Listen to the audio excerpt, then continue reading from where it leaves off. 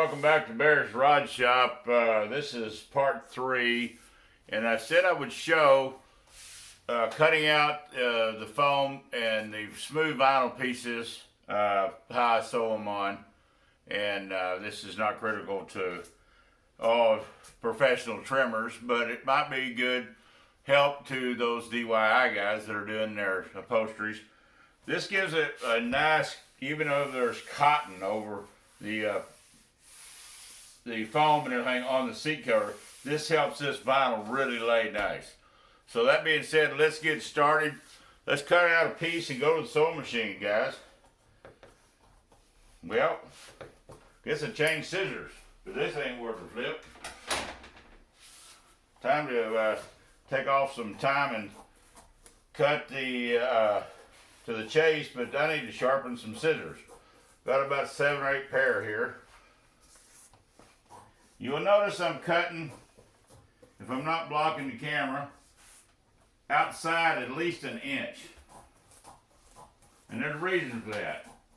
This foam could move on you.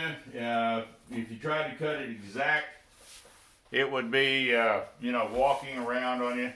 Now let's take the tripod and set up over at the sewing machine. Excuse me a minute. Let's walk over here to the machine. See if we can't get set up here proper before we start sewing. Hope everybody can see this. Let me go get the fabric and the foam.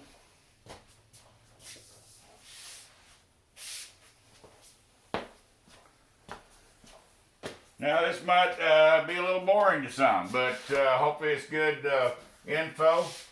This is a 1/8 inch headliner scrim.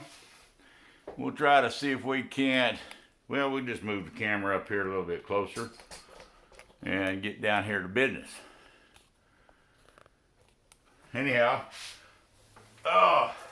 this is 1/8 inch, and you don't need on these that have a lot of cotton and padding, 1/4 inch or 1/2 inch. Now if you're doing it over hard foam, closed cell foam, medium foam, building street rod covers, yes.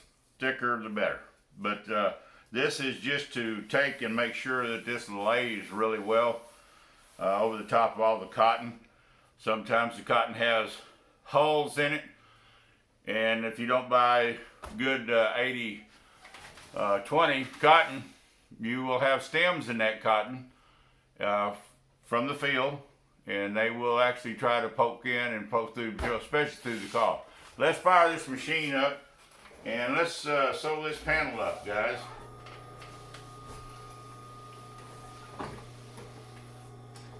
I don't know if you can see real close. I don't have any help this afternoon videoing. I use these runoff tabs. That way I don't have to reach out there for the string. I run off every time on a runoff tab. And let's see if we can't zoom down here closer. Don't want you guys getting straining your eyes. Let's see.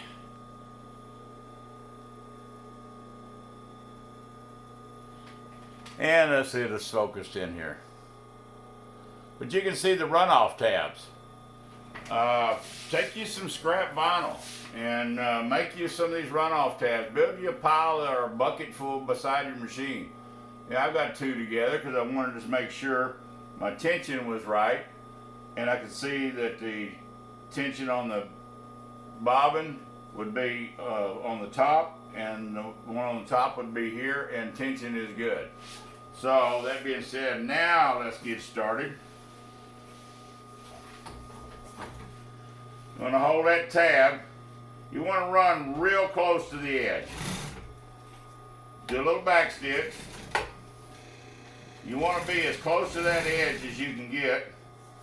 And here's what I'm talking about. This table's kind of grabbing the material.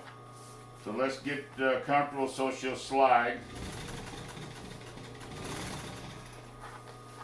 Trying to keep everything nice and flat. Let her roll out to you.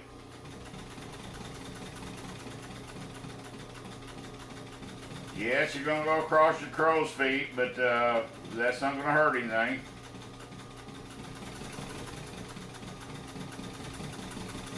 run right inside less than 1/8 of an inch. We're going to turn the corner. Pick your old foot up there off of the material. And I'm going to hand stitch twice so I don't run off the edge. Trying to do a video and show this at the same time.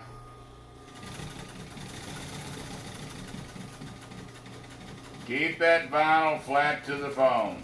Keep the foam from hanging up on the edge of your table. Using white thread that's not ever going to be seen because we're using 1/2 inch seam allowance. Again, I'm going to turn the corner and do it, you know, you can do it if you got one of those servo motors. You know, you could not have to slow down. Now let's get on down here on the other side. I'm not running this real fast. I want to make sure all my air pockets are out. And yeah, it gets a little bulky here. The bigger the piece, of course, the more bulk. And this old Juki, she'll just creep along.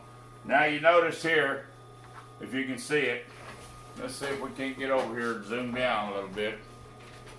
Since I made all the marks and notations on the back side, that's about as close as we can get. I marked everything with a piece of tape. I didn't have the white, but I marked it on this blue tape, so I know this is the driver's C, number C. And let me get this back up here a little bit so we can run down this edge the rest of the way.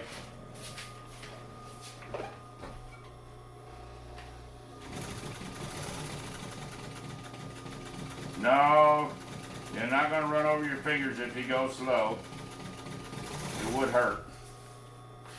But once you DIY guys get used to 3 or 4 years of your machine, now right now I'm laying good and flat. Everything is, all the air is out.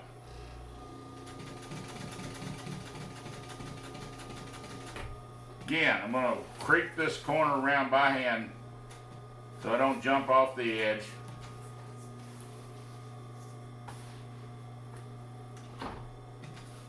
No back stitching there required.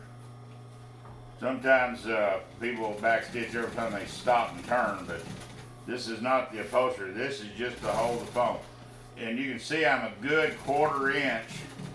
Now I'm getting a little air right there. Just push it out. That's the reason for the tension to being light. That'll keep that air out of it between the two pieces.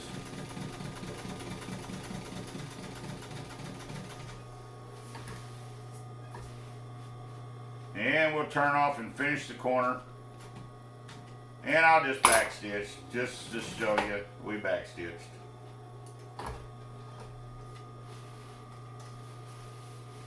Alright, again, here's the runoff tab.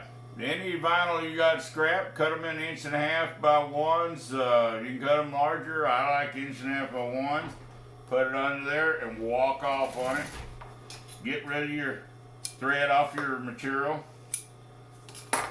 And the next time you get ready to sew, that thread is already under tension. So let's get this out of here just a minute, this camera. And now you can see, hopefully I hold this at the right angle, but we're all sewn down. And then we will trim off the foam all the way around, and it's not glued. That way you've got the stretch, you don't have any of the glue to fight and contend with of pushing your finger on here, and it'd be a permanent mark. So let me put this back in the tripod here a minute and zoom you out. Now, like I said, it's going to be made on this 59 Ford 300 Custom in about probably as many as 10, 11, could be 12 videos. But I also like the way Pete 222 did that South Bend Shaper. He did it in about 10 parts. very instructional. You know, I'd love to have one of them shapers. I don't know what I'd do with it. I have the mill and everything over there, and I just don't have real estate. But after he restored that, I enjoyed every one from start to finish, and he wasn't boring. And let's hope we're not boring with this 59 interior or any videos that we're doing. So if that has helped, again, this is surged down, and this piece will come and slide right over the seat covers. If I'd have reversed this and put the foam on this side, then she would have wanted to snag. And this way it slides.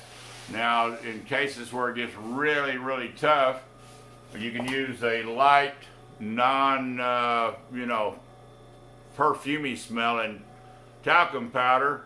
We'll use a little saran wrap on the corners, and that way it will slide over much easier.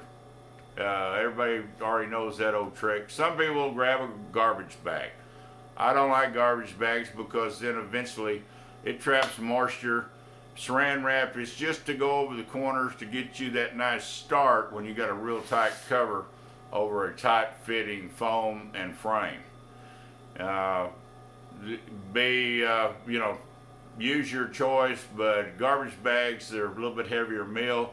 They will hold condensate through sweating, especially through the fabric on a humid, you know, like Louisiana, anywhere it's real humid.